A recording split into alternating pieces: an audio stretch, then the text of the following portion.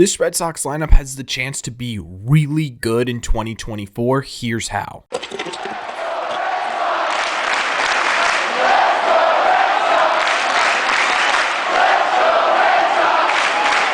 What is going on, everybody? Welcome back to Red Sea Radio. My name is Corbin, and we're playing baseball games this month, folks. At the end of this month, March, the Red Sox start their 2024 season. Earlier this week, we detailed how the Red Sox pitching staff could shock the world, right? How they could be actually really solid in 2024. And I figured with games coming up, why not make this a series? Why not break down each part of this team and talk about how it could surprise a lot of people? The Red Sox offense is projected to be probably the best part of this team right now, but I think even with those projections, it has the possibility of surprising basically everyone and being one of the best offenses in the game. So what we are going to do in today's video is we're going to break down why. We're going to talk about what needs to happen for this offense to be one of the best in Major League Baseball. But before we get into that, we are on the road to 10,000 subscribers. We are about 400 subs away from that mark. So if you want to help us get there, make sure you guys have hit that subscribe button. We talk Red Sox content almost every single day. Also, make sure you guys have hit the like button on this video as well.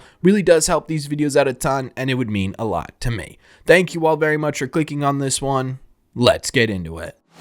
So what do I mean when I say a top offense in baseball? Well, I think ideally for the Red Sox coming out of 2024, they should be a top 10 offense in the game, maybe even better than they were last year, because last year they were a top 10 offense. They were 6th overall in the league in average at 258, 13th in the league in on-base percentage at 322, and 9th in slug at 424, which led to them being the 9th overall OPS in Major League Baseball at 748. And this is even with that absolutely terrible offensive September that was one of the worst in recent history. If the Red Sox can replicate or even be better than they were in 2023, they are cementing themselves as a top offense in the league. And again, like I said in the intro, I think this is actually a realistic goal to attain, but a few things need to happen. There are a couple of different factors here that need to go the Red Sox way a little bit in order to achieve this. The first one, in my opinion, might even be the most vital part of all of this,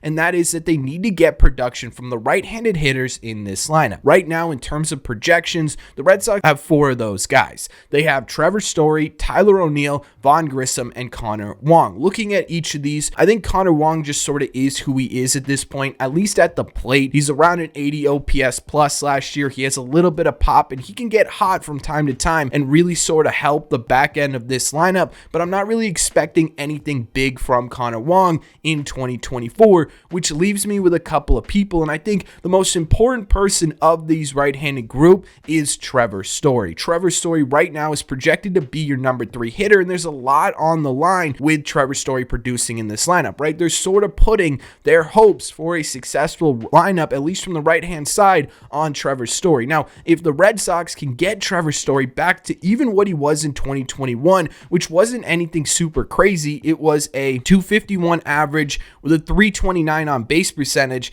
and a 471 slug that equated to a 102 OPS plus, or around 2% above league average production, I think you get a really solid number 3 hitter out of Trevor Story, because that in that season as well, despite only being about 2% more productive than the average player in the game, he had 24 home runs and 75 RBIs. If you could stick that level of production dead in the middle of your order, you are helping protect Rafael Devers and Tristan Casas, and that is going to be a major factor to the Red Sox success. Vaughn Grissom, in my opinion, is almost as important as Trevor Story because he serves an entirely different role. Trevor Story's the thump, Vaughn Grissom is the contact. Last year, you had a lot of contact potential from your right-hand side, specifically in Justin Turner. You don't have that this year, and a lot of these guys that are right-hand side of the box in your lineup are kind of big strikeout guys. We know Trevor Story's going to strike out. We know Tyler O'Neill is going to give you strikeouts, and we know Connor Wong is. So you need someone from that right-hand side who's going to be a tough out, and that could very well be Vaughn Grissom. Now, I don't know entirely what to expect from Vaughn going into 2024, but if he can be that constant contact type player at the bottom of your lineup,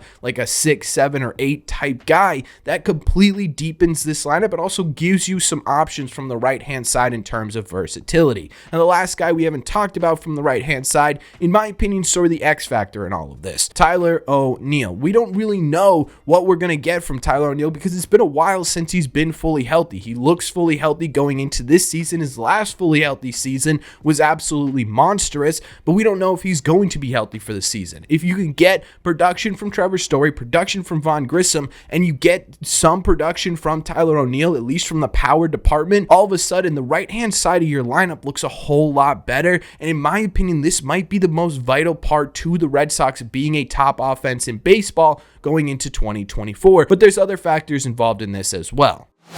I think the second factor here that's maybe almost more important, if not the same amount of importance as the first factor here, young players on the Boston Red Sox, guys who did well last year, proving they could continuously do it at the major league level. This category includes people like Jarren Duran, Tristan Casas, and Massa, who's really not young, but he definitely falls into this category as well. All of them at either points during the season or for the entire year last year were massive parts of the Red Sox lineup. Duran as the electric leadoff role, Casas as the all-around just incredible bat in the lineup, and Massa at times kept this offense afloat. Going into this year, it's critical that each of these guys prove they can do it on a regular basis. In terms of what's the most realistic outcome here, I have the most confidence that Tristan Casas will be able to replicate or even be better than he was in 2024. He showed essentially last year all the signs of being able to do this on a regular basis. I don't think it's unrealistic to assume that Duran can also repeat as well what he was doing last year. I don't think it'll be at the same level. The 121 OPS plus felt like sort of his ceiling a bit, but if he could produce somewhere in the 115 OPS plus range, you're talking about a well above average leadoff guy with a ton of speed and the ability to impact the game at all levels.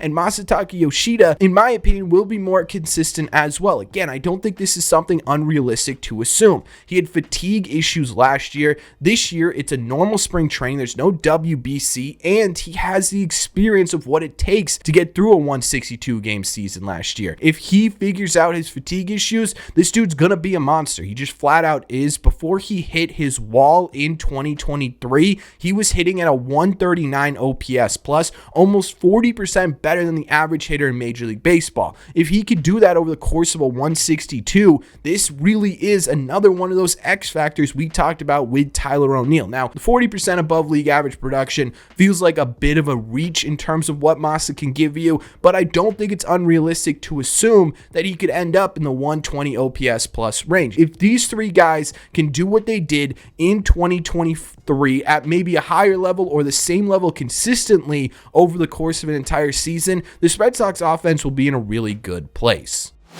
The third factor that needs to happen for this Red Sox offense to either be as good or better than they were in 2023 is you need your rock, you need your anchor, you need Rafael Devers to be that guy in your lineup. Last year, I think most people would say Rafael Devers had a down year, and I put those in quotes because even on a down year, Rafael Devers still had 33 home runs, 100 even RBIs, and a 126 OPS plus. If he was anyone else in Major League Baseball aside from a few people, that's a really good season, but you know who Rafi is and you know how good Rafi could be, and I think that's why some people were a little upset with what he was doing in 2023. Going into 2024, what this Red Sox offense really needs from Rafi is consistency. At times last year, he went through stretches where he just couldn't get anything done. If he is more consistent in 2024 and just does what he did in 2023, you're talking about a much better season. You're talking about this offense being in a much better place.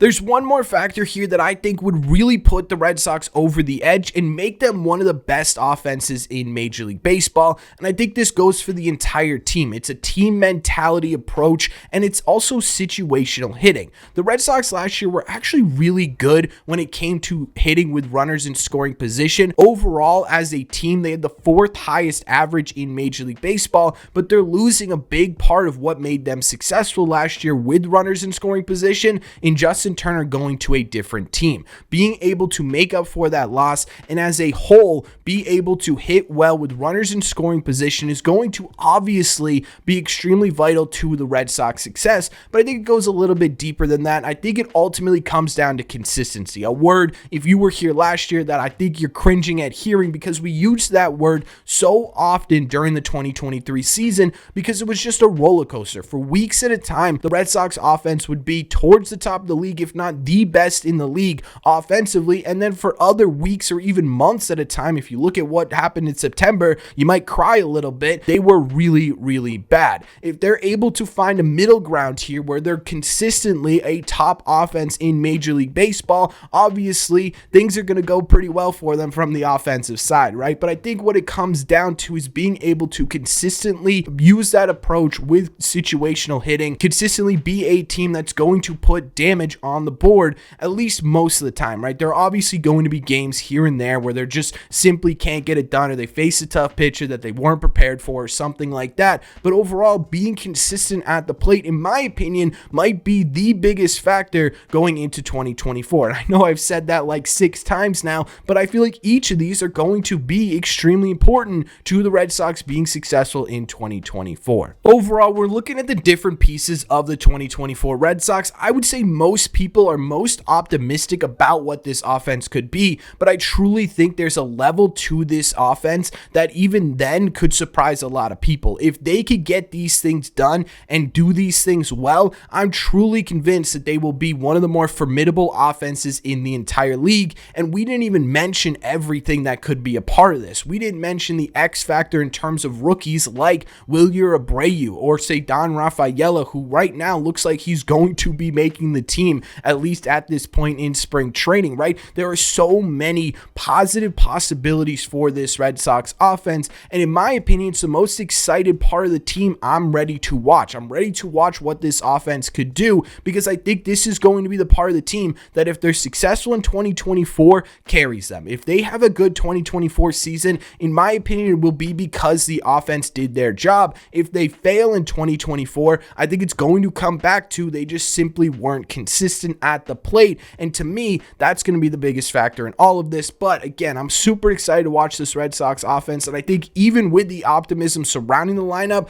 they could shock a lot of people. But that's just my opinion, so let me know in the comment section down below, what do you think? What do you think about this Red Sox offense? What does it need to be successful in 2024, and how do they get there? Let me know all your thoughts on the Red Sox offense shocking the world in the comment section down below. As always, if you made it to the end of this video, again, we are fighting for that 10,000 subscriber mark, so make sure you guys have hit that subscribe button if you haven't already. Again, if you're new here, we talk Red Sox content almost every single day. Also, make sure you guys have hit the like button on this video as well. It really does help these videos out a ton, and it would mean a lot to me. Thank you all very much for clicking on this one, and I will see you in the red seats.